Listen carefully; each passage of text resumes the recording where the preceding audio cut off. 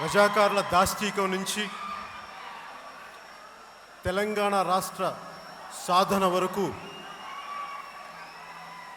తెలంగాణ ప్రజలు జరిపిన పోరాటం అమోఘం, అద్భుతం. ఈ క్రమంలో మార్పు కోసం, ఉనికి కోసం, అభివృద్ధి కోసం, ఆత్మగౌరవం కోసం జరిపిన ఈ దశాబ్ద పోరాటాల్లో ఎంతోమంది తెలంగాణ బిడ్డలు ప్రాణాలు కోల్పోయారు. అలాంటి బిడ్డల ఆత్మలకి ఆత్మశాంతి కలగాలని కోరుకుంటూ కొద్ది క్షణాలు నేను మౌనాన్ని పాటిస్తున్నాను. మిమ్మల్ని కూడా పాటించమని కోరుకుంటున్నాను. తెలంగాణ పోరాట స్ఫూర్తే నా గుండెల్లో ధైర్యాన్ని నింపింది. తెలంగాణ పోరాట స్ఫూర్తే నా వెన్నులో ఉద్యమ విద్యుత్తుని ప్రవహింపజేసింది. తెలంగాణ పోరాట స్ఫూర్తే జనసేన పార్టీని స్థాపించేలా చేసింది. అలాంటి పోరాటాల గడ్డైన తెలంగాణ తల్లికి ఒక్కసారి గుండెలు నిండుగా జై తెలంగాణ నినాదాన్ని చెప్పి సభను ప్రారంభిద్దాం. జై తెలంగాణ.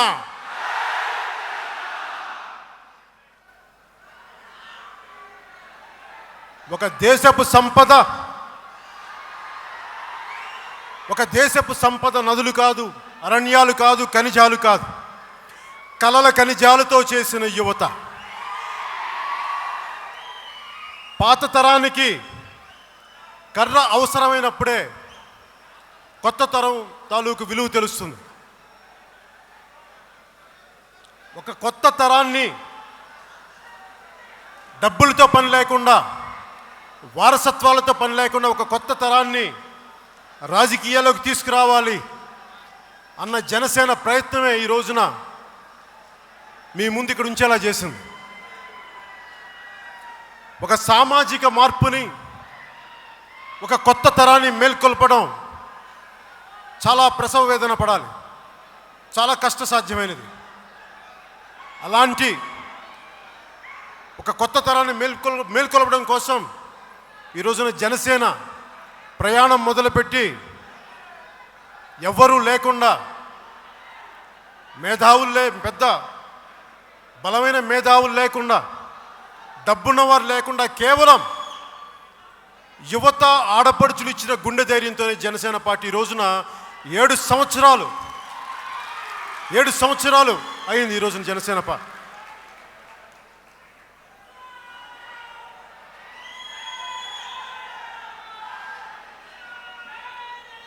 ఇప్పుడున్న నా జీవితంలో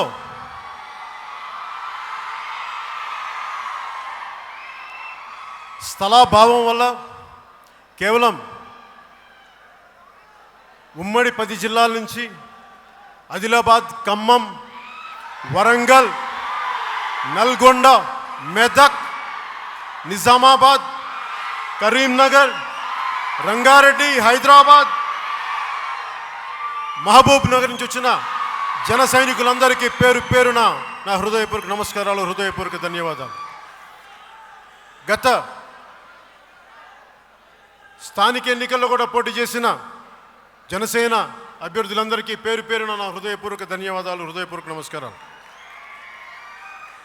అలాగే పార్టీని ఎవ్వరు లేకపోయినా కానీ భుజాలపైన వేసుకుంటూ ఈ 7 సంవత్సరాలు అండగా ఉన్న మా ఆడపడుచులకి, మా నాయకురాళ్ళకి, మా నాయకులందరికీ పేరు పేరున హృదయపూర్వక నమస్కారాలు.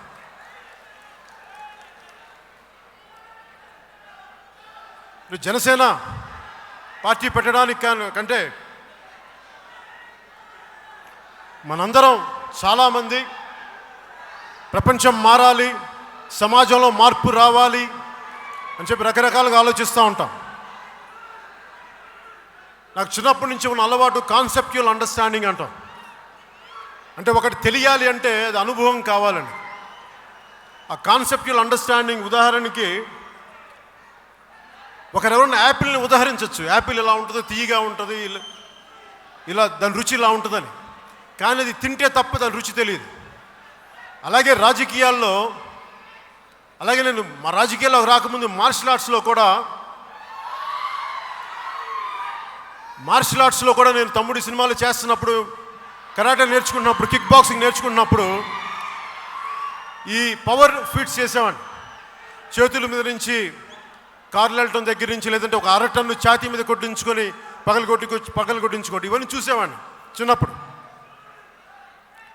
చూస్తున్నప్పుడు అనుకునేవాడిని ఎలా చేశారు, ఎలా చేయగలరు ఇవన్నీ అనుకుంటే వాళ్ళు ఒకటే మాట చెప్పారు, నువ్వు ప్రయత్నం చేసి చూడు, అర్థమవుద్ది నీకని.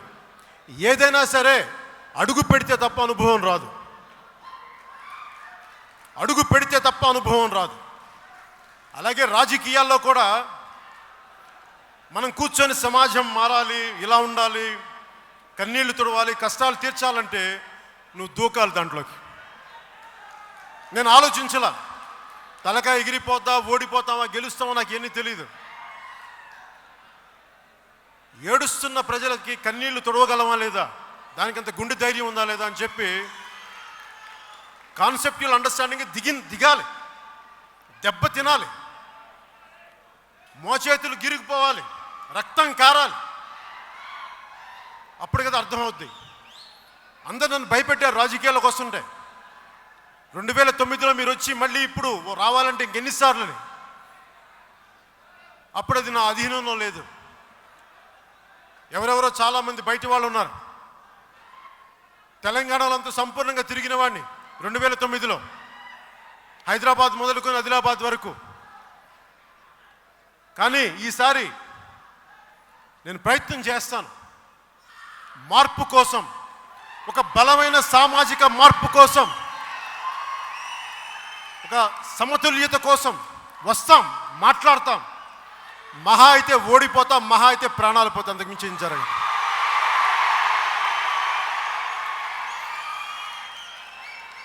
చాలామంది రాజకీయాల్లోకి వస్తానంటే నువ్వు ఎలా నిలదొక్కుంటావో చూస్తామన్నారు. ఎలా నిలదొక్కుంటావు, నడిచే చూపిస్తాం. మీరు దెబ్బ కొట్టే కొద్దీ ఎదురెళ్తాం తప్ప వెనక్కి బడం తిప్పే ప్రశ్న లేదు. కష్టం రాజకీయాల్లో నిలదొక్కుకోవడం. మొన్న మా నాయకులు అర్హం ఖాన్ గారు నాకు జావేద్ అఖ్తర్ గారి మొహరేకా సఫర్ అనే ఒక కవితా పంక్తిని వినిపిస్తూ ఉంటే నాకు చాలా నచ్చింది. అది చదరంగంలో చాలా చిన్నపాటి విలువున్న పావుది. చదరంగం చూస్తే, రాజకీయ చదరంగం చూస్తే కనుచూపు మేరే వరకు విస్తరించి ఉంది. అలాంటి చదరంగంలో జనసేన అనే ఒక చిన్న పావు ఒక అడుగు ముందుకేయాలంటే 100 సార్లు ఆలోచించాలి. ఎందుకంటే రాజకీయ చదరంగాన్ని చాలామంది అనుభవజ్ఞులు, పెద్దవాళ్ళు బలమైన స్థానాల్లో కూర్చున్నప్పుడు జనసేన లాంటి ఒక చిన్న పావు అడుగు వేయాలంటే సాహసోపేతమైనది. భయం వేస్తుంది. ప్రతి గడికి వెళ్ళాలంటే ఎన్నో అడ్డంకులు, దెబ్బలు, అవమానాలు, చిత్కారాలు, ఓటమిలు, మానసిక అత్యాచారాలు, అన్నిటికీ సిద్ధపడే రాజకీయాల్లోకి వచ్చాను. దెబ్బ తింటానని చెప్పి రాజకీయాల్లోకి వచ్చాను. గెలుస్తానని రాజకీయాల్లోకి రాలా. పోరాటం చేస్తే తప్ప అడుగు ముందుకెయ్యమని తెలిసిన వాడిని. అలాంటి పోరాటం కోసం అడుగు పెడుతూ ఉంటే ఈ రోజున జనసేన, ఏమీ లేదనుకున్న జనసేన ఈ రోజున దాదాపు కొన్ని వేల స్థానాల్లో పంచాయతీలు గెలిచాం. ఆంధ్రప్రదేశ్లో ఎంపీటీసీలు గెలిచాం. చిన్న మార్పే అది, కానీ చాలా బలమైన మార్పు అది. మొట్టమొదట ఎంపీటీసీ తాలూకు విజయం చూపించింది నాకు తెలంగాణ గడ్డ, చూపించింది నాకు ఆ విజయం. మన శంకర్ గౌడ్ గారి నేతృత్వంలో ఒకరు వచ్చి మేము పోటీ చేస్తామంటే కొన్ని స్థానాలకి ఆ రోజున బీఫామ్స్ ఇవ్వడం జరిగింది. ఆ విధంగా నాకు ధైర్యాన్ని ఇచ్చింది ఈ నేల. నేను అర్థం చేసుకుంది 2009 నుంచి కూడా చాలా బలంగా. ఆ రోజున తిరుపతిలో మహాసభ పెడితే 2008లో తెలంగాణ ఉమ్మడి జిల్లాల నుంచి ఆంధ్ర అన్ని జిల్లాల నుంచి ఒక దాదాపు 10 లక్షల మంది వచ్చి ఒక బలమైన సామాజిక మార్పుని కోరుకొని ఆ రోజున ముందుకు తీసుకెళ్ళిన పరిస్థితుల్ని ప్రతిరోజు నేను ఆలోచించుకుంటే నాకు ఒకటే అవగతమైంది. డబ్బుతో పని లేదు రాజకీయాల్లో, పేరుతో పని లేదు, అనుభవజ్ఞులతో పని లేదు. మనకు కావాల్సిందల్లా నీకు బలమైన భావజాలం ఉందా, ఒక కన్నీరు పెట్టి ఆడబిడ్డను ఓదార్చగలిగే శక్తి ఉందా, నీకు ఒక తల్లిని ఓదార్చగలిగే శక్తి ఉందా, అది మాకు గుండెల నిండుగా ఉంది. అది చాలు రాజకీయాల్లో నడపడానికి. ఇది కేవలం గెలుపు ఓటములకే కాదు, మార్పు కోసం వచ్చాను జనసేన. చాలా కష్ట సాధ్యమైంది నాకు తెలుసు. ప్రతిసారి రాజకీయాల్లో మీకు ఏం తెలుసు అంటే ఏ అనుభవం అయినా ఎలా తెలుస్తుంది, నడుస్తూ ఉంటేనే కదా మనకు అర్థమవుతుంది. అందుకని నడుస్తూనే పోతా ఉన్నాం, ఇక్కడ దాకా వచ్చాం. అలాంటి తెలంగాణ గడ్డకి గుండెలు నిండుగా చెప్తున్నాను, మీ కళ్ళల్లో సూటిగా చూసి చెప్తున్నాను, మీకు రుణగ్రస్తుడిని నేను. మీ స్ఫూర్తే, మీ ధైర్యమే, మీ పోరాటమే నన్ను ఇక్కడ దాకా తీసుకొచ్చింది.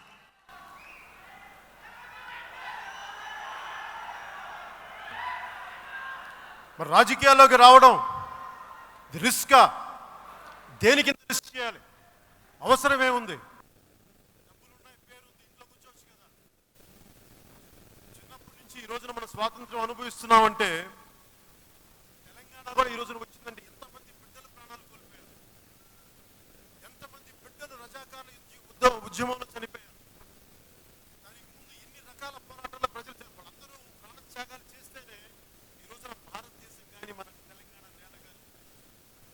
మరి వాళ్ళందరి కష్టాలను చూసి మన సుఖాలు, మన సౌఖ్యాలు ఇవేనా కంట్రిబ్యూట్ చేయమా తిరిగి సొసైటీకి, తిరిగి సమాజానికి ఏమి ఇవ్వమా? ఇలాంటి ప్రశ్నలు, ఇలాంటి ప్రాణత్యాగాలు ఇవన్నీ నన్ను ముందుకు తీసుకొచ్చి ఇవి తీసుకొచ్చి ఒకటే కోరుకున్నా, ఏం జరుగుతుంది 2008లో 9 ఎన్నికల్లో తెలంగాణ అన్ని జిల్లాలకు పోతున్నప్పుడు ఆదిలాబాద్ తాండాకు పోయాం.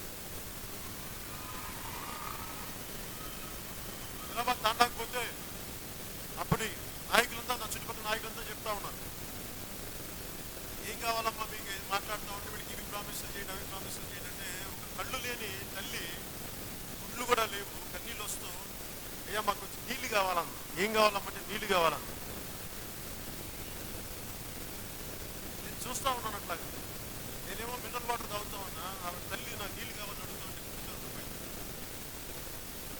మళ్ళీ మరుసటి రోజు బెల్లంపల్లిలో ఆ మీటింగ్ జరుగుతూ ఉంటే, షుగర్ ఫ్యాక్టరీలో గెస్ట్ హౌస్ కాడ మీటింగ్ జరుగుతూ ఉంటే నీళ్ళ బాటిల్ పెడితే నాకు ఒకటే అనిపించింది, ఆ తల్లి గుర్తొచ్చింది తాగుదాం అనుకుంటే.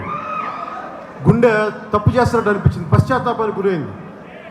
ఎప్పుడు ఎలక్షన్లో జరుగుతాయి, ఎప్పుడు అధికారంలోకి వస్తాం, ఎప్పుడు ఏం చేస్తామని చెప్పి ఒకటే అనుకున్నా. నా చేతుల్లో ఏముంది చేయగలగడానికని ఆలోచించి, నా చేతుల్లో ఏముందని చేయడానికి ఆలోచించి ఆ రోజున నా స్నేహితులు కొంతమంది ఉంటే మీరందరూ కాంట్రిబ్యూట్ చేసి కొంత వాళ్ళకి మనం ఏదైనా చేద్దామంటే వాళ్ళ సహాయ సహకారాలు తీసుకుని నా డబ్బులు ఖర్చు పెట్టి ఆ రోజున బోర్ వేయిస్తే వాళ్ళ గొంతు ఎంతో దాహం కొద్దిగా తీరింది. ఇది ఉదాహరణ ఎందుకు చెప్తున్నానంటే, అధికారం కానీ పరపతి కానీ సాటి మనిషి కన్నీళ్లు తొడవలేనప్పుడు ప్రయోజనం ఏముందో నాకు అనిపిస్తుంది.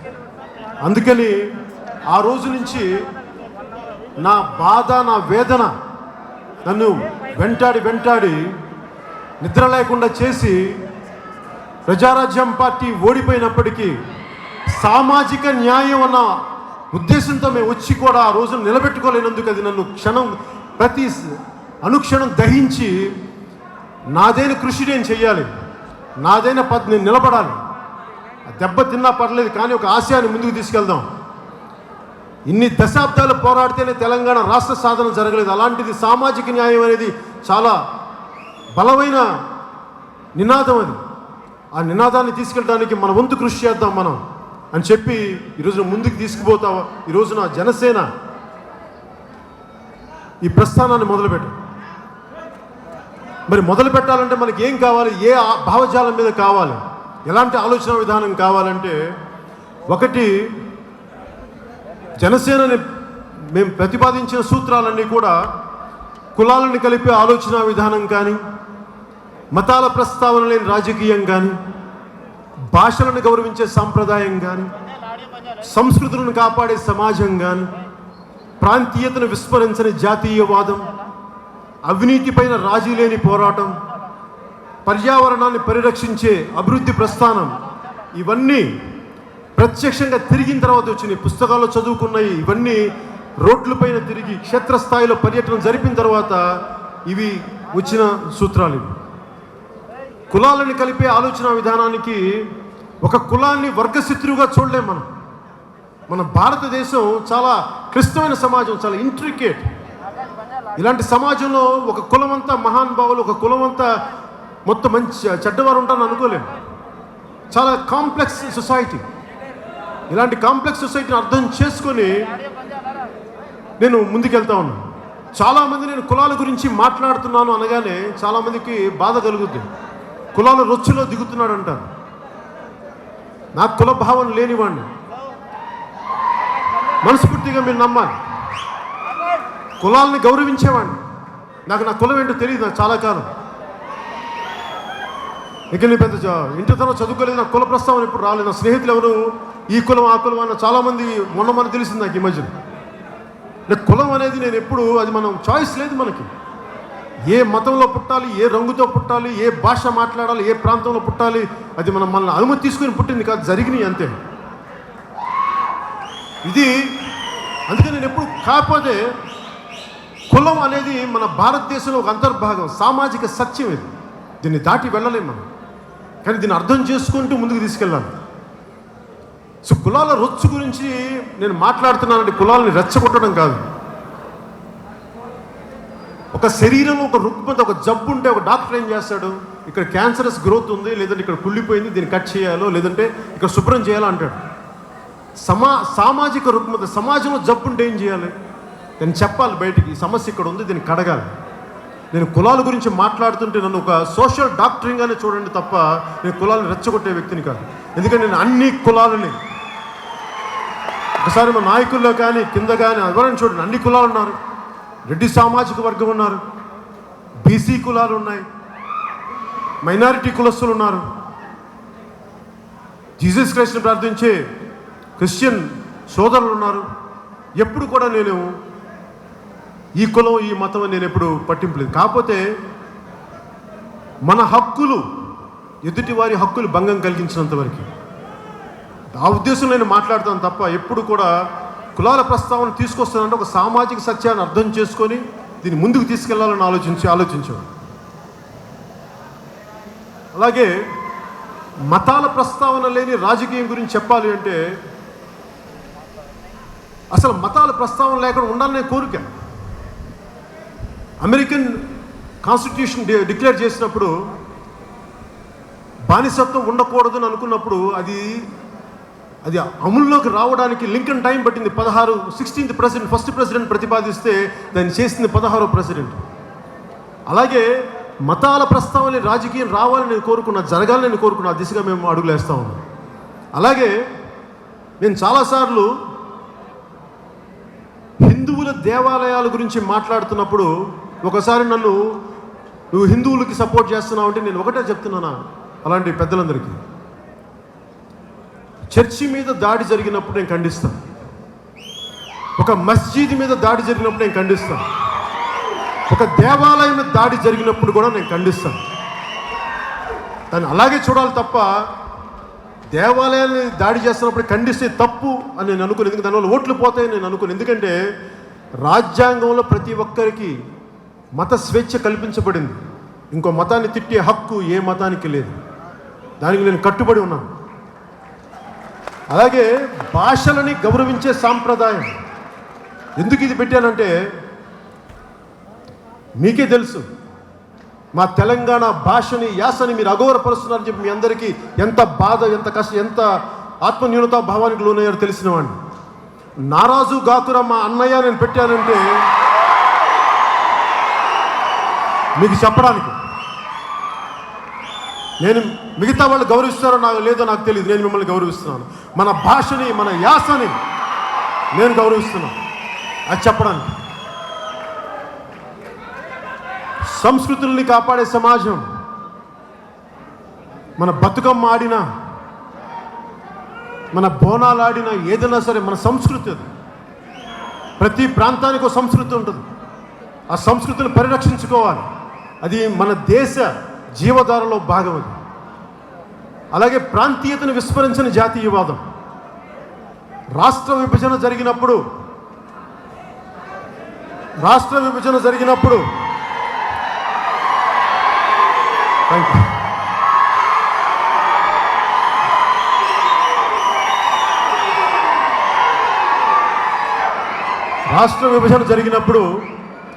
చాలా చోట్ల అసలు మేము ఈ దేశానికి చెందిన వాళ్ళమేనా అని చాలామంది పెద్దలు బాధపడుతుంటే అనిపించింది.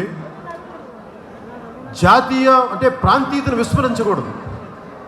తెలంగాణ కూడా ఎందుకు అంత బాధ కలిగింది? చాలాసార్లు తెలంగాణ నాయకులు, మన టీఆర్ఎస్ నాయకులు మాట్లాడుతున్న నేను సమర్థించాను ఆ మాటలకి. మా ప్రాంతాన్ని, మా నేలని అవమానిస్తే ఖచ్చితంగా కోపం రాదా? నాకు కోపం వస్తుంది.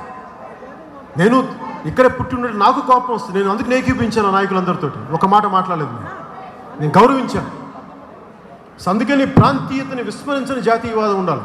మన ప్రాంతం రైటే, కానీ ఇది మన భరతమాతని మనం అగౌరవపరచం. మన ప్రాంతాన్ని గౌరవించుకుంటేనే భరతమాతని మనం గౌరవించుకోవాలి. అలాగే పర్యావరణాన్ని పరిరక్షించే అభివృద్ధి ప్రస్థానం. అభివృద్ధి జరగాలి, బలమైన అభివృద్ధి జరగాలి, కానీ అది పర్యావరణాన్ని పరిరక్షించేలాగా ఉండాలి. కానీ లోటుపాట్లు ఉంటే సరిదిద్దుకోవాలి. ఇవన్నీ దృష్టిలో పెట్టుకుని, ఇవన్నీ భావితరాలకు ఒక బలమైన ఆలోచన సమూహంతో, మన ఆలోచనతో పెట్టింది ఇది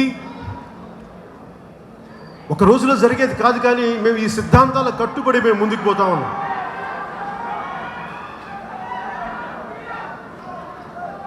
అలాగే రాజకీయాల్లో ప్రతి ఒక్కరు అడిగేది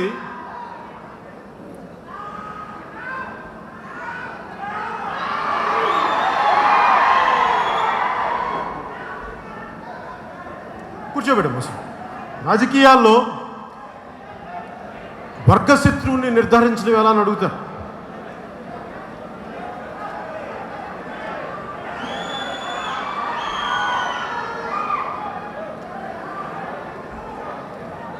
రాజకీయాల్లో వర్గశత్రువుని నిర్ధారించడం ఎలా? కూర్చోబెట్టమ్మా, నేను మాట్లాడతాను. కూర్చోబెట్టు.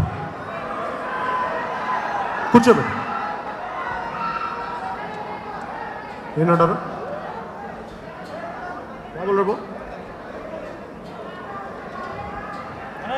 రాజకీయాల్లో వర్గశత్రువుని నిర్ధారించడం ఎలా? చాలా కష్టసాధ్యమైన పని.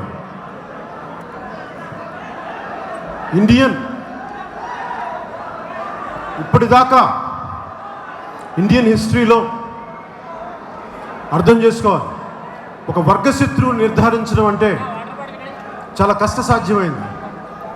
ఇందాక చెప్పినట్టుగా కులాలు మమేకమైపోయి ఈ కులం నా వర్గశత్రువు.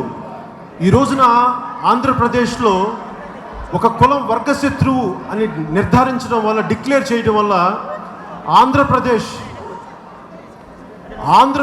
అభివృద్ధి దిగజారిపోయింది. ఆంధ్రప్రదేశ్ అభివృద్ధి 2 కులాలు కొట్టుకుంటే అభివృద్ధి దిగజారిపోయింది. ఇది చాలా బాధాకరమైన విషయం. అందుకని వర్గశత్రువుని, జనసేనకి వర్గశత్రువు ఎవరు ఉండాలి?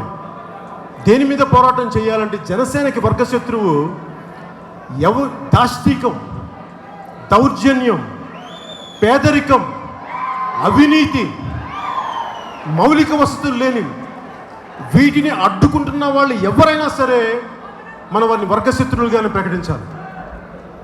ఆదిలాబాద్ తాండాలో నీళ్లు రాకపోతే దాన్ని ఆపుతుంది ఎవరు? నిలబడాలి. నల్గొండలో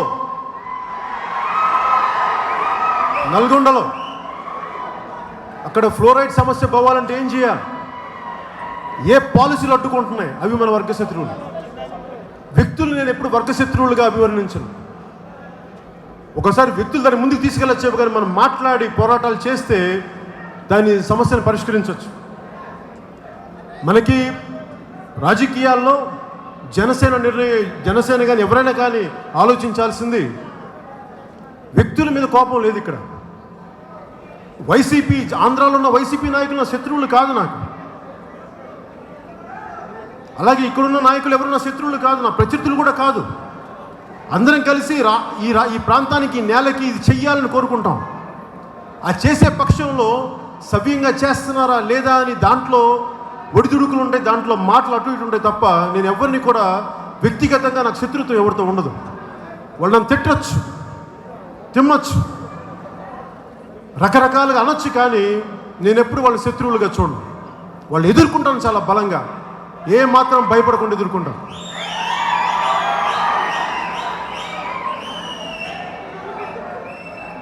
అలాగే మన విజయవాడ సభలో కూడా చెప్పాను నేను, తెలంగాణ రాష్ట్ర సాధన ఆంధ్ర పాలకుల్ని వర్గశత్రువులుగా నిర్ధారించారు. ఒక వర్గశత్రువు కావాలి, ఎందుకు అన్యాయం జరుగుతుంది అంటానికి, అంతే తప్ప పాలకుల మీద పర్మనెంట్ కోపం ఎప్పుడు ఉండదు. దీనిని దృష్టిలో పెట్టుకొని ఈరోజున జనసేన దాష్టీకం, దౌర్జన్యం, అవినీతి, పేదరికం, వీటి మీద మేము ముందుకు పోతాము. అలాగే వర్గశత్రువుని, ఈ సమస్యలను నిర్ధారించిన తర్వాత ఎలా పోవాలి, ఎలా ముందుకెళ్ళాలి అని అనుకున్నప్పుడు మా నాయకులందరికీ, జన సైనికులందరికీ, ఆడపడుచులందరికీ, వీర మహిళలందరికీ నేను ఒకటే కోరుకుంటా ఉన్నాను. ఒక సమస్య, నేను ఇంతకాలం చాలామంది అడిగారు, ఇంతకాలం ఎందుకు రాలేదు తెలంగాణకని. పార్టీ ఇక్కడే స్థాపించాం, పార్టీ ఇక్కడే పెట్టాం, ఎందుకు తిరగలేదు అంటే నేను ఒకటే అనుకున్నాను, తెలంగాణ ప్రజలు పిలిచే వరకు నేను రాను, మీ అనుమతి కావాలి, నేను రాను. ఎంత ప్రేమ నాకు తెలంగాణ నేల మీద మీకు తెలియదు. తెలంగాణ నేల మీద నాకున్నంత మమకారం మామూలు మమకారం కాదు, మీరు ఊహించలేదు. పోరాట స్ఫూర్తిన నేల. నేను అనుకున్నాను, మీరు ప్రజలు అడిగినప్పుడు అప్పుడు వస్తాను. మొట్టమొదటిసారిగా ఒక 2 సంవత్సరాల క్రితం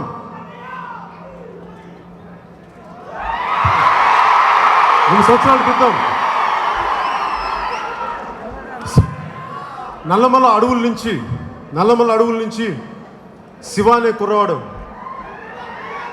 17 ఏళ్ళ కుర్ర అబ్బాయి, మన జర్నలిస్ట్ మనకి ఇక్కడ ప్రశాసన్ నగర్ కాలనీ ఆఫీస్లో నేను లోపలికి పోతా ఉంటే ఒక 2 కుర్రాళ్ళు కనిపించారు. కొద్దిగా వర్షం పడుతూ ఉంది, ఆ వర్షపు చినుకులు తడుస్తూ వాళ్ళ పక్కన ఉంటే నేను చూశాను. బాబు ఎవరు, ఏం కావాలి మీకు అని. నేను లోపలికి వెళ్తే మామూలుగా వెళ్ళిపోతాను, చాలామంది ఉంటారు కదా, ఒకసారి విష్ చేసి వెళ్ళిపోతాను. కానీ ఆ బిడ్డలను చూడగానే నాకు ఎందుకు ఒకసారి లోపలికి పిలవాలనిపించింది. లోపలికి పిలిచిన తర్వాత ఏం కావాలంటే, అన్న మాది నల్లమల యురేనియం ఎక్స్కవేషన్ జరుగుతూ ఉంది అక్కడ, మా పెంటలు అంటే వాళ్ళ గ్రామాలని పెంటలు అంటారు, మా గ్రామాలన్నీ ఇట్లా పోతూ ఉన్నాయి. గ్రీన్ ట్రిబ్యునల్కి ఫోన్ చేస్తే, ఢిల్లీలో గ్రీన్ ట్రిబ్యునల్ ఫోన్ చేస్తే నాకు ఇంగ్లీష్ రాదన్నా, నాకు వచ్చిన కొద్ది గొప్ప ఇంగ్లీష్లో మాట్లాడుతూ ఉంటే వాళ్ళకి అర్థం కావట్లేదు, నాకు ఎవరికి చెప్పుకోవాలో తెలియట్లేదు, మేము అందరం పోరాటం చేస్తాం, నా వంతు కృషిగా నీకు దగ్గరికి వస్తే సమస్యకు పరిష్కారం అవుతుందని వచ్చాను నేనన్నా. నన్ను కదిపేసింది. ఒక 17 ఏళ్ళ కుర్రాడు, ఇంటర్ ఫస్ట్ ఇయర్. ఎందుకు తెలంగాణ గొప్పతనం ఏంటంటే 17 ఏళ్ళ కుర్రాడికి చైతన్యం కల్పించింది. ఎల్లు నడు, సమస్యతో మాట్లాడు, పోరాడు, ఎల్లు ముందుకి. ఎక్కడ నల్లమల, ఎక్కడ హైదరాబాద్, ఎక్కడ ప్రశాసన్ నగర్, ఎక్కడ పవన్ కళ్యాణ్, ఎక్కడ జనసేన వచ్చాడు, వచ్చి మాట్లాడాడు. నన్ను కదిపేస్తుంది. ప్రజల్లోంచి పిలుపు వచ్చింది భావించాను ఆ రోజు. నేను ఒకటే కోరుకుంటాను, ఇక్కడ రావడానికి నాకు ఆంధ్రాలోనే ఏం కోరుకోనివ్వండి, తెలంగాణలో ఏం కోరుకుంటాను, పదవులా కోరుకుంటాను. తెలంగాణ ఆంధ్రాలోనే కోరుకోనివ్వండి, ఇక్కడ కోరుకుంటాను. ఏం కోరుకుంటాను? ఒక సంపత్ నాయక్ అసెంబ్లీకి వెళ్ళాలని కోరుకుంటాను. అక్కడున్న బిడ్డలు కొన్ని సంవత్సరాల తర్వాత తెలంగాణను ఏలాలని కోరుకుంటాను. ఇక్కడున్న ఆడపడుచు ఆడపడుచులు తెలంగాణ అసెంబ్లీలోకి అడుగు పెట్టాలని కోరుకుంటాను. అక్కడున్న బిడ్డలు తెలంగాణ ఏ అభివృద్ధి అయితే కోరుకుందో ఆ అభివృద్ధికి ముందడుగు వేయాలని కోరుకుంటాను. అది నేను కోరుకునే మార్పు. నాకు డబ్బులు అవసరం లేదు, పేరు అవసరం లేదు. నేను కోరుకునేది సామాజిక మార్పే. అంతకుమించి నాకేం కావాలి? నేను చూడని డబ్బా. మీ గుండెల్లో ఉన్న స్థానం కంటే ఏ స్థానం పెద్దది? నేను నిజంగా చెప్తాను, మీ గుండెల్లో ఉన్న స్థానం చాలు.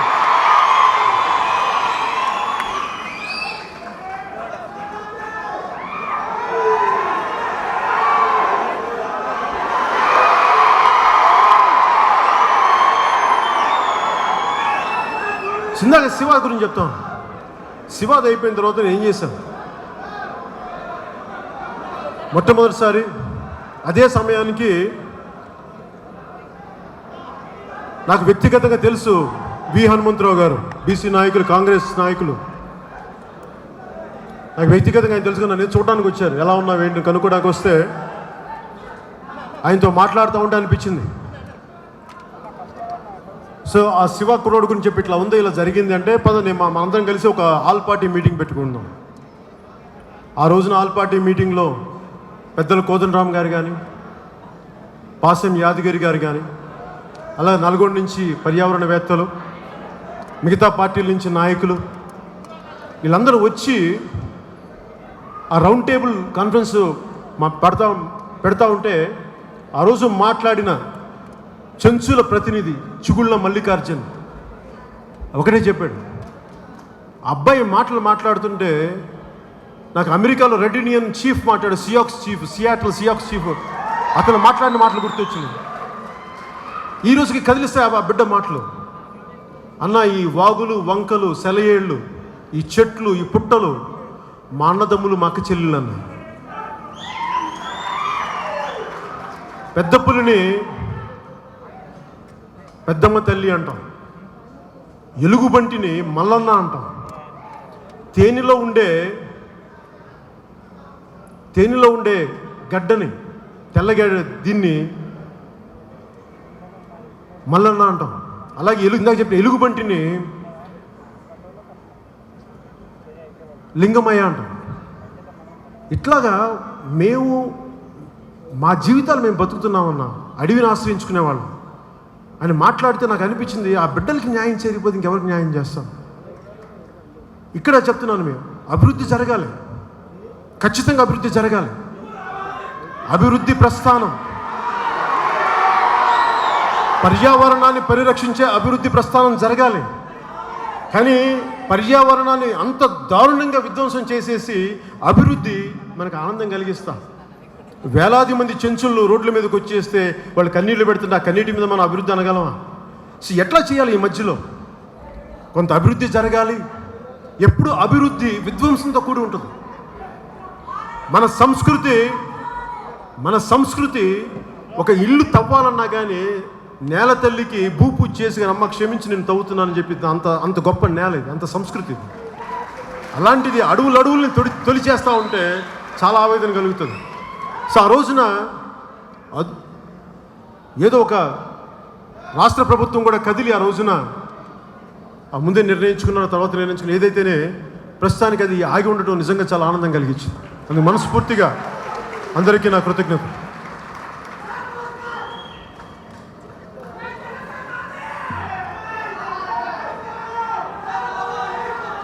ఇక్కడి నుంచి ఎటు పోవాలి? ఇక్కడి నుంచి జనసేన ప్రస్థానం ఎలా ఉండాలి? నేనేమి ఊహల్లో ఉండే వ్యక్తిని కాదు. అద్భుతాలు సాధించేస్తాం, అందరం ఒకేసారి అట్లా నేను ఆలోచించను. ఆంధ్రాలోనే ఆలోచించట్లా. ఎందుకంటే ముందు నేను నడిచి చూపిస్తాను, నేను దెబ్బలు తింటాను. కలిసి నడుద్దాం. మీ ఒంటి మీద దెబ్బ పడితే నా ఒంటి మీద కూడా దెబ్బ పడాలి. మీకు గీత పడితే నా ఒంటి మీద గీత పడాలి. మీకు రక్తపు చుక్కు వస్తే నాకు తెగిపోవాలి. అలాంటిది ఉండాలని కోరుకుంటాను. సో అలాగే ఆంధ్ర విడిపోయిన తర్వాత అక్కడ అభివృద్ధి చాలా అవసరం. తెలంగాణ బాగుకి తెలంగాణ సాధించిన తర్వాత అక్కడ అభివృద్ధి జరగకపోతే మొత్తం మళ్ళీ వలసలు వచ్చేస్తాయి. ఏ ఆశయం కోసం అయితే రాష్ట్ర సాధన జరిగిందో మళ్ళీ ఇబ్బంది పడకూడదు. ఇప్పుడు మన ఉదాహరణకి ప్రతి చోట నీళ్ళు ఎక్కువ ఉన్న చోట వరద వస్తుంటే చెక్ డ్యామ్స్ పెడతాం. అలాగే ఆంధ్రాలో కూడా నేను కోరుకున్న సరైన ప్రభుత్వాలు లేకపోతే అక్కడ అక్కడ ప్రజలకు ఏం చేస్తారు? ఇంక ఉద్యోగాలు లేక ఏమి లేక ఇటు వచ్చేస్తారు. ఉత్తరాంధ్ర నుంచి వలసలు వస్తారు. ఎందుకు ప్రజలంటే ఇష్టంతో కాదు, గత్యంతరం లేక. 17 జీవనదులు, 1 కాదు 2 కాదు 17 జీవనదులు అయినా వలసలు వెళ్ళిపోతూ ఉంటారు. సో వారికి ఏం చేయాలి? అందుకని అభివృద్ధి అక్కడే ఉండాలి. చెక్ డ్యామ్స్ లాగా ఈ అభివృద్ధి డెవలప్మెంటల్ చెక్స్ అక్కడే ఉండాలి. అక్కడే ఉద్యోగం సంపాదించుకోగలగాలి, అక్కడే ఉపాధి కలిగించుకోగలగాలి. అందుకు నా దృష్టి అటువైపు పెట్టాను. ఎందుకంటే నేను తెలంగాణకి ఈ వలస లాగి మీరు బాగుండాలని కోరికతోనే నేను అటువైపు దృష్టి సారించాను తప్ప ఇక్కడ నా ప్రేమ లేక కాదు. అంటే ఆంధ్రా నుంచి పెట్టుబడులు వస్తే సంతోషమే, ఆదాయం వస్తుంది. కానీ ఉపాధి ఇక్కడ ఎక్కువ లభించాలి, అది నేను కోరుకుంటాను. సో ఎందుకని ఇంత జరిగిన పోరాటం, ఇన్ని దశాబ్దాల పోరాటం, తెలంగాణ యువతకి న్యాయం జరగకపోతే ఆ ఉద్యమానికి న్యాయం జరగనట్టు మనస్ఫూర్తిగా. అలాగే ఇందాక నేను కులాల గురించి మాట్లాడుతూ ఉంటే, మేము 2009లో సామాజిక న్యాయం అనే అంశాన్ని పైకి తీసుకొచ్చాం. అదేదో నేను పెట్టిందో అన్నయ్య చిరంజీవి గారు పెట్టిందో కదా. చాలామంది మేధావులు ఉస్మానియా యూనివర్సిటీ దగ్గర నుంచి ఆంధ్ర యూనివర్సిటీ దాకా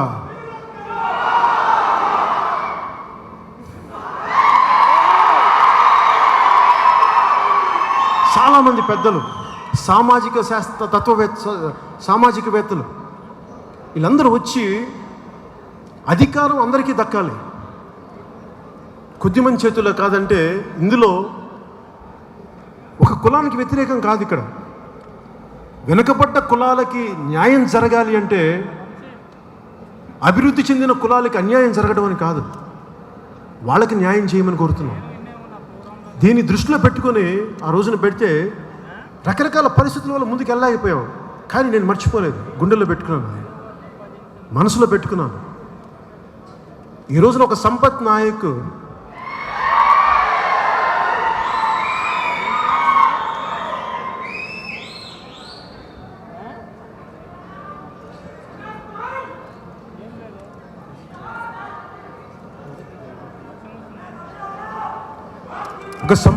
కానీ, ఈరోజు చేవెళ్ళ నియోజకవర్గం నుంచి చేరిన ప్రజీత్ గౌడ్ కానీ, ఒక కొత్త తరం అసెంబ్లీకి వెళ్ళాలి. కొత్త తరం. మీరు తెలంగాణ అసెంబ్లీలో అడుగు పెట్టాలని నా కోరిక ఊబిళ్ళూరుతుంది. చూడాలనుంది. సినిమాలో చూస్తాం, ఏదో సినిమాలో చూస్తాం, వాళ్ళు చాలా ఆవేశంగా నడుచుకుంటూ వెళ్తాను. కాదు, ఈ ఉద్యమ విద్యుత్తుతో నిండిపోయిన మీ శరీరాలు, మీరు అసెంబ్లీకి వెళ్తే ఎలా ఉంటుంది, మీరు ప్రజల పక్షాన పోరాడితే ఎలా ఉంటుందో చూడాలంది. దానికి నేను సిద్ధంగా ఉన్నాను. నాకు ఒక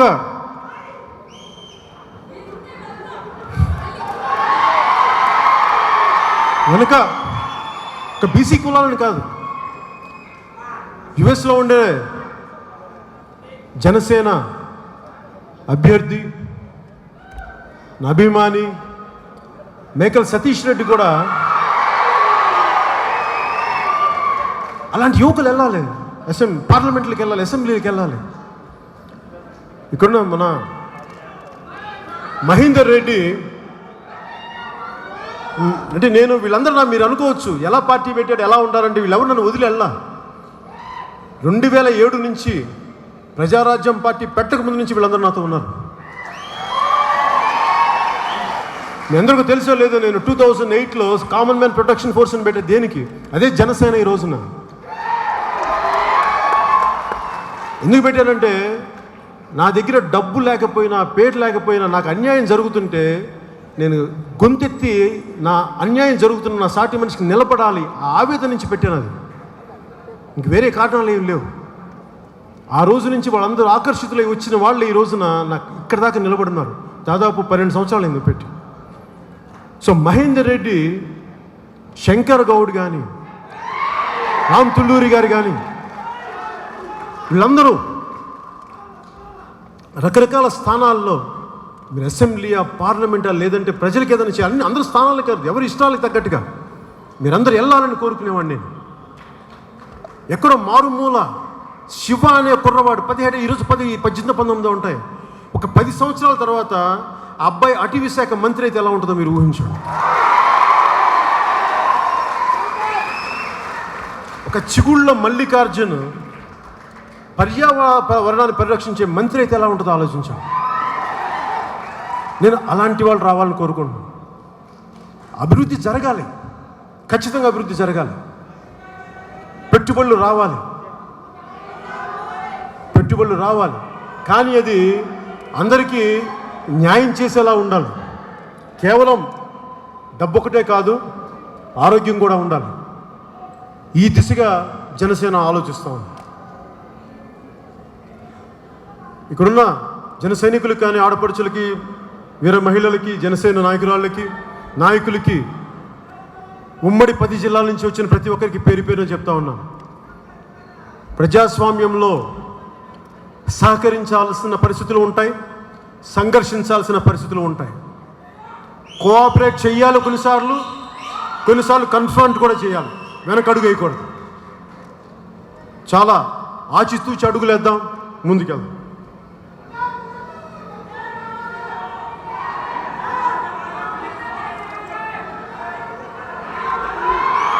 ఇది మీరు ఊహించుకోండి.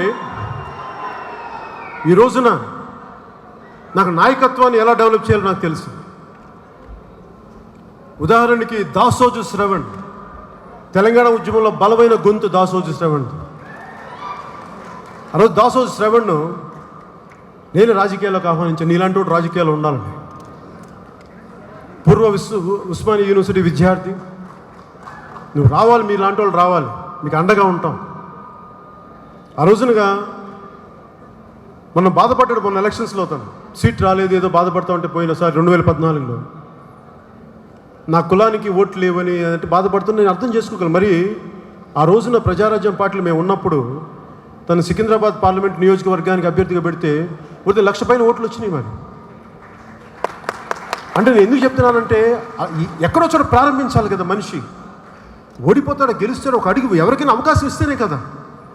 ఆ మూల కూర్చుని ఒక యువకుడికి ఒకడికి అవకాశం ఇస్తేనే కదా, ఇక్కడ కూర్చున్న ఆడపడుచుకు అవకాశం ఇస్తేనే కదా ముందుకెళ్తారు. ఎలాంటి వాళ్ళకి అవకాశం ఇవ్వాలి? ఎందుకు శివ అని మాట్లాడతానంటే, ఎంత ప్రేమ లేకపోతే తన నేల మీద, తన ప్రజల మీద ఎత్తుక్కుంటూ వస్తాడు. అలాంటి వాడికి కదా మనం అవకాశం ఇవ్వాల్సింది. అలాంటి వ్యక్తులు బాధ్యత తీసుకున్న యువతకి, ఆడపడుచులకి ఇవ్వాలి అవకాశాలు. నేను చాలామందికి కన్ఫ్యూజింగ్గా ఉంటుంది నీ ఐడియాలజీ అంటారు. ఏంటి కన్ఫ్యూజన్ మీకు చెప్పండి అనాలనిపిస్తుంది.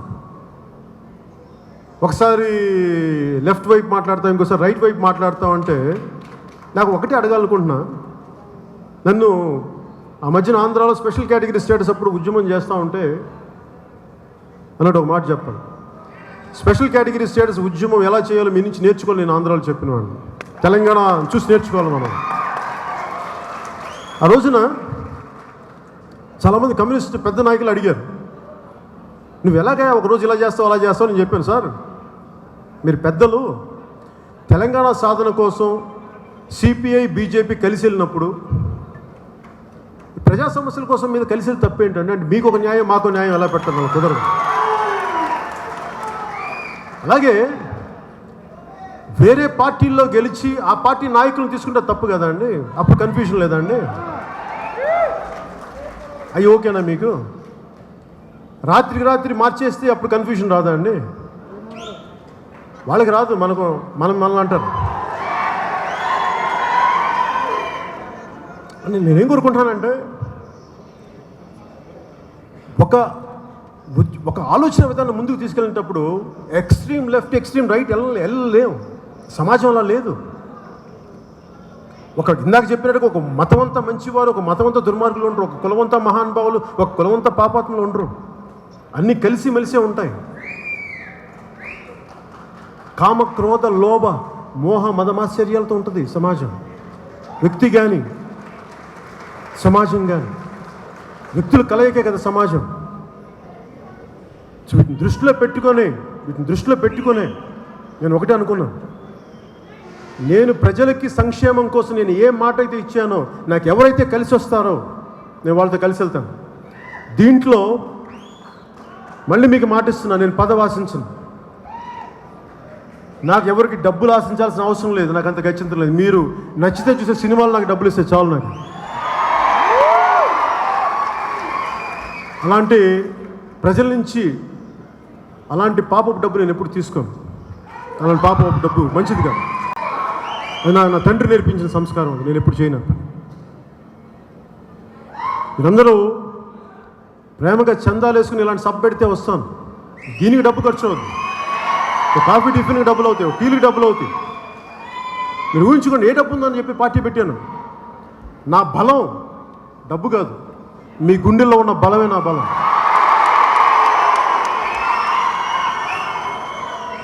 నేను కోరుకుంటాను ఒకటే, వాస్తవంగా చెప్తున్నాను ఇక్కడ పెద్దలందరూ, మన నాయకులందరికీ, మీ అందరికీ, ఆడపడుచులకి,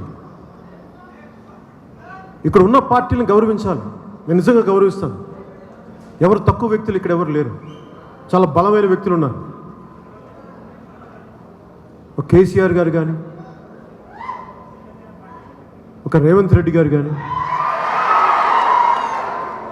ఒక బండి సంజయ్ గారు కానీ, అది మీరన్నా నాకు ఇష్టమైన వి హనుమంతరావు గారు కానీ, మీరు అరవాలి. వి హనుమంతరావు మీరు అరవాలి, తప్పదు.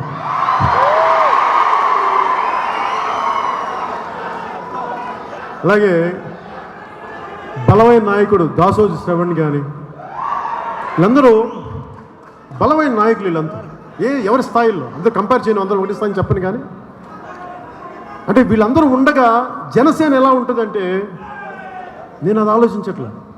వారితో పోటీ పెట్టుకోవట్లేదు. జనసేన ఇంత పెద్దలతో పోటీ పెట్టుకోవట్లా, ఇలాంటి పెద్ద పార్టీలతో పోటీ పెట్టుకోవట్లేదు. కానీ నేను ఈరోజు మనం వేస్తున్న అడుగు, భవిష్యత్తులో శివ అనే కుర్రోడు ఒక బయటికి రావాలి.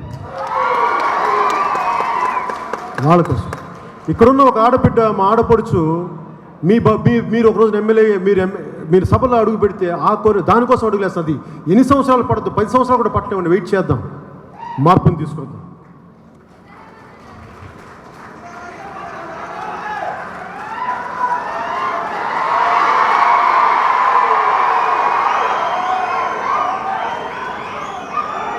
ఇప్పుడు మరి ఇలా మనం స్టేట్మెంట్ ఇచ్చినప్పుడు మన మీద ఇబ్బందులు ఉంటాయా, కష్టాలు ఉంటాయా అంటే ఉంటాయి. రాజకీయాలు ఈజీని ఎవరు చెప్పారు? నాకు తెలీదా? తీసుకుంటా. రాజకీయాలు ఈజీని ఎవరు చెప్పారు? రాజకీయాలు ఈజీ కాదు, చాలా కష్టమైన రాజకీయం. ధైర్య సాహసాలు ఉన్నవాడే రాజకీయాలు చేయగలడు.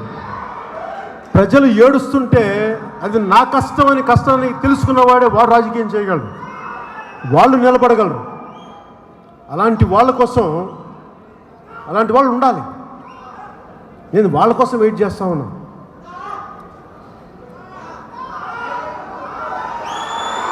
మరి ఇలా చేస్తున్నప్పుడు దాడులు ఉంటాయి, ఇబ్బందులు ఉంటాయి, అన్ని రకాల ఇబ్బందులు ఉంటాయి.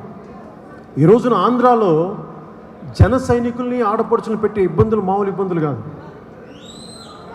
కర్రలకి మేకులేసి కొడితే ఒళ్ళు చీరిపోతుంది. అక్కడ అయినా నిలబడున్నారు అక్కడ.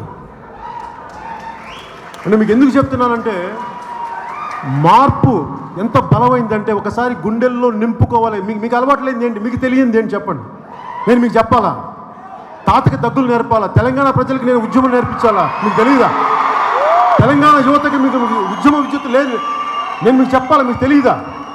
మీరు నాకు స్ఫూర్తి ఇచ్చిన వాళ్ళు, తెలంగాణ ఆడపడుచులు బతుకమ్మ పాట ఆడి గజగజలాడించిన వాళ్ళు, మీరు స్ఫూర్తించిన వాళ్ళు. నేను మీకు చెప్పాల్సిన అవసరం లేదు, కానీ మీతో పంచుకుంటున్నాను. ఈరోజున ఆంధ్రాలో జనసేన పార్టీ మీద ఒక ఎంపీటీసీ గెలిస్తే, బీఫామ్ ఇస్తే అతను వెళ్ళిపోయి వైసీపీలో జాయిన్ అయితే నువ్వు వెళ్ళిపో కానీ మా జనసేన గెలిపించుకుంటామని చెప్పి గెలిపించాను. కర్రలకి మేకులు కొట్టి ఒళ్ళు చీరిపోయేలా కొడితే చీర్చుకుంటా నీకు మటుకు భయపడేది వెన్నైతే చొప్పున అట్లా వచ్చింది. ఈరోజున మీకు ఆంధ్రప్రదేశ్ నుంచి అభివృద్ధి చాలా అవసరం. ఆంధ్రప్రదేశ్ అభివృద్ధి చాలా అవసరం. లేదంటే ఆంధ్రప్రదేశ్లో అవినీతి రాజ్యాలు వెళుతుంటే, ఆంధ్రప్రదేశ్లో దాష్టీకు రాజ్యం వెళుతుంటే తెలంగాణ బాధపడుతుంది. తెలంగాణ సఫర్ ఎందుకు చెప్తున్నాను, అక్కడి నుంచి మళ్ళీ వలసలు వచ్చేస్తాయి. నేను మీకు చెప్పాను, 2014లో చెప్పాను మీకు, పాలకులు చేసిన తప్పులకి ప్రజలు సఫర్ అవుతారని. ఈసారి ఆ తప్పు జరగకూడదు. ఆ తప్పు జరగకుండా చూసుకుంటాం నేను బాధ్యత తీసుకుంటాను. పోరాటం చేస్తాం, దాష్టీకానికి ఎదురొడ్డు నిల్చుంటాం, భయపడేది లేదు.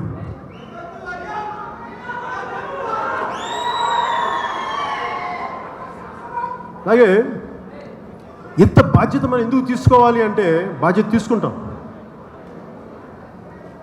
ఎందుకు తీసుకుంటామంటే, ఎంతమంది యోధులు చనిపోయారు కదా. మన ప్రతిసారి నాకు ముద్ద తింటున్నప్పుడల్లా ఈ ముద్ద నా చేతిలో రావడానికి ఎంతమంది కష్టం కదా, ఇది ఎంతమంది శ్రమ, ఎంతమంది కన్నీళ్ళు, వాటికి నాకు ఆ ముద్ద తింటున్నాను. ఆ ముద్దకి నేను రుణపడి ఉన్నాను. అందుకే నేనేం చేయగలను. నాకు రాజకీయాలు సరదా కాదు, ఇష్టం కాదు, నాకు బాధ్యత. నాకు ఆ బాధ్యత నేర్పించింది మీరే.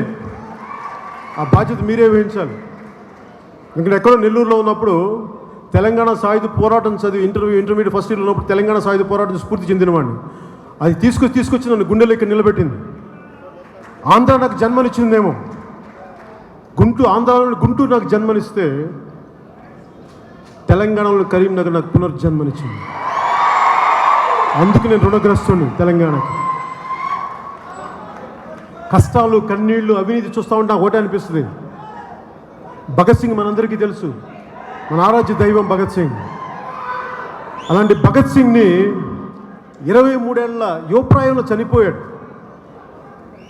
ఒకసారి అనుకుంటాను, ఎందుకు చనిపోయాడు ఈ అబ్బాయి, ఎందుకు చనిపోయాడు అనుకుంటే, నువ్వు ఎందుకు చనిపోయావు చెప్పంటే, దేనికోసం చనిపోయావు అంటే, ఈ దేశంలో ఉన్న ఉదాసీనత, పిరికితనం, బానిసత్వాన్ని మేల్కొల్పడానికి నేను సమిధినయ్యాను. నేను అందుకు చనిపోయాను.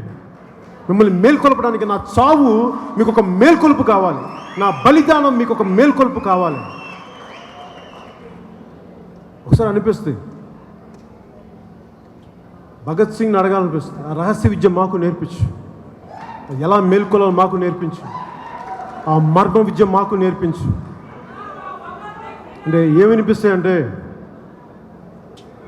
భగత్ సింగ్ మాటలు, నాకు ఇష్టమైన కవి శేషేంద్ర మాటల తోటలు నా గుండెల్లోంచి దూసుకొచ్చినాయి. నా నడకలు అడవుల్లో నిర్భయంగా తిరిగే సింహాలు, నా నడకలు అడవుల్లో నిర్భయంగా తిరిగే సింహాలు. నేను పూలతో పోట్లాడతాను, పూల తోటలతో పోట్లాడతాను, మేఘాల సేనలతో పోట్లాడతాను, తుఫానులతో మాట్లాడతాను. పోట్లాట నేను బతకడానికి పీల్చే ఊపిరి, పోట్లాట నేను బతకడానికి పీల్చే ఊపిరి. నా అవయవాలకి నీచంగా వంగే భంగిమలు తెలియవు, నా అవయవాలకి నీచంగా వంగే భంగిమలు తెలియవు. నేను సత్యాగ్రహిని. సత్యం నా గుండెల్లో బద్దలవుతున్న అగ్నిపర్వతం, సత్యం నా గుండెల్లో గర్జిస్తున్న జలపాతం. నేనింత కలిపి పిడికిడి మట్టే కావచ్చు, నేనింత కలిపి పిడికిడి మట్టే కావచ్చు, కానీ గొంతెత్తితే ఒక దేశపు జెండాకున్నంత పొగరు. నేను సత్యాగ్రహినని భగత్ సింగ్ నా గుండెల్లో శేషేంద్ర శర్మ ద్వారా మాట్లాడిన మాటలు.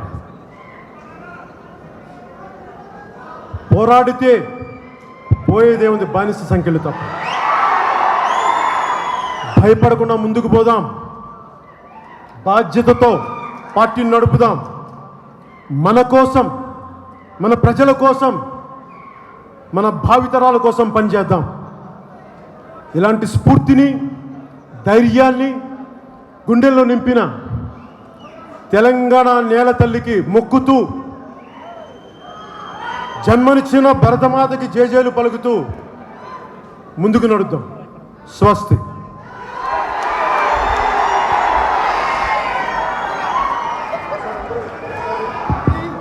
అందరం ఒకసారి కూర్చుంటే, నుంచుంటే జాతీయ గీతాన్ని ఆలపిద్దాం. నుంచుందాం ఒకసారి. जनगण मन अधिनायक जय हे भारत भाग्य विधाता। पंजाब सिंध गुजरात मराठा द्राविड उत्कल बंगा। विंध्य हिमाचल यमुना गंगा उच्चल जलधि तरंगा। तव शुभ नामे जागे, तव शुभ आशीष मांगे। गाहे तव जय गाथा। जनगण मंगलदायक जय हे भारत भाग्य विधाता। जय हे जय हे जय हे जय जय जय जय हे।